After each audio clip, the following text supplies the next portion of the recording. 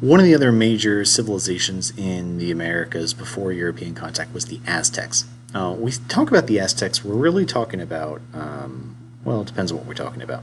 The Aztec region is here in central Mexico, what we call the Valley of Mexico. This is a much different climate than what the Maya were in. When the Maya were in a rainforest, central Mexico is really more of a kind of deserty, swampy area. Most of it's semi-arid, and sort of the heart of Mayan civilization was here in the basin of Lake Texcoco.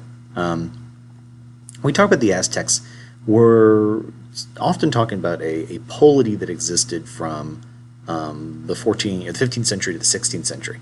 When we talk about the Aztec culture, we're really talking about a number of groups of people, but mostly a group of people called the Mexica.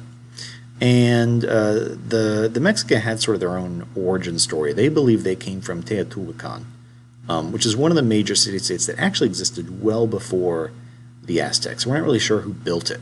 It's so old that the Maya lived there, and as did other civilizations like the Olmec and the Zapotec. As civilizations rose and fell, they came back to the city of Teotihuacan.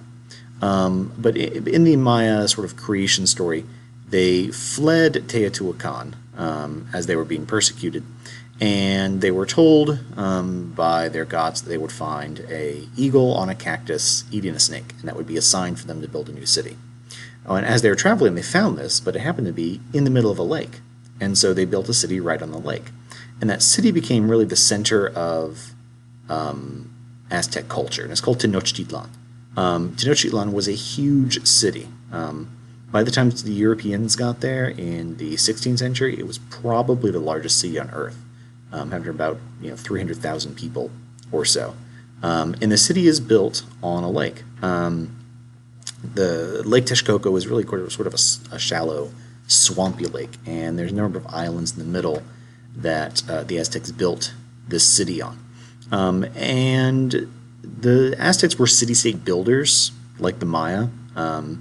And so there are a number of cities in the region, like Tlacopan over here, or Tepecayac here.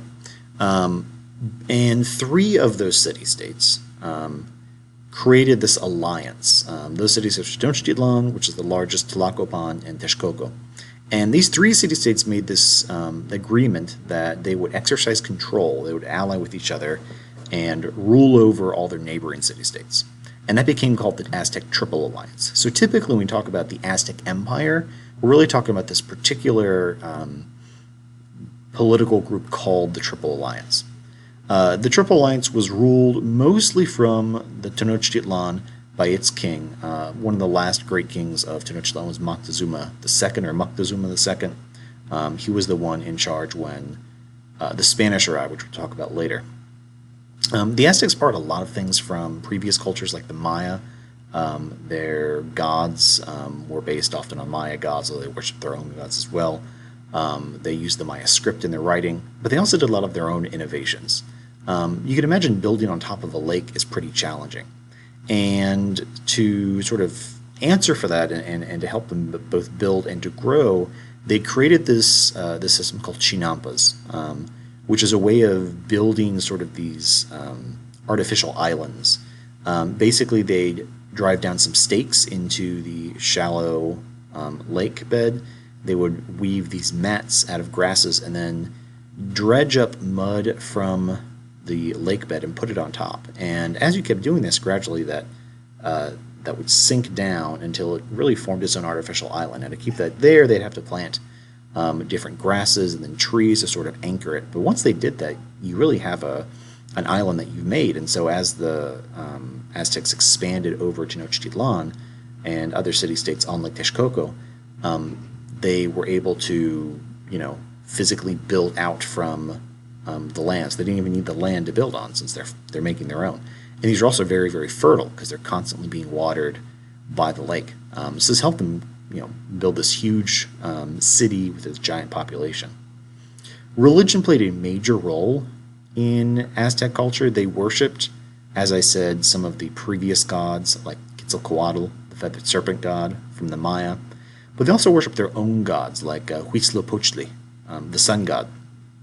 And this is the one, lights went out, that is mostly associated with human sacrifice, which is one of the more kind of well-known aspects of Aztec culture. This is something that shocked the Spanish when they arrived. Now, had we seen human sacrifice in Mesoamerican culture before? Yes, the Maya did bloodletting and some human sacrifice, and other people did as well. But the Aztecs did it on a much larger scale. It was extremely ritualized. The high priest, which was typically the king, would take prisoners, mostly from other city-states, and on top of one of the great temples in Tenochtitlan, he would use an obsidian knife to cut out their heart and offer it as a sacrifice to Huitzilopochtli. The belief was that the sun god, to keep the sun rising and setting each day, needed sort of this energy. He needed lifeblood to quench his thirst, and that came from human blood. Now, there's lots of religious aspects to this, obviously, but also you think about the political aspects, how powerful Aztec kings would be the more people they sacrificed. The Aztecs would go to these ritual wars called flower wars, where they would go out not to kill or conquer people, but to capture people for sacrifice. So you can imagine neighboring city-states would sort of be quelled into submission by Aztec rulers who were willing to offer these kind of human sacrifices. But they built these huge cities, these giant pyramids. Here's the view from Tenochtitlan, which is today in Mexico City. And they really had this pretty complex civilization. Now, they weren't always well liked by their neighbors, who didn't always want to be sacrificed or conquered, and that will give the Spanish an advantage when they come in and want to take over the city. They're able to find lots of allies. But it goes to show the ingenuity and innovation that we see in Mesoamerican civilizations.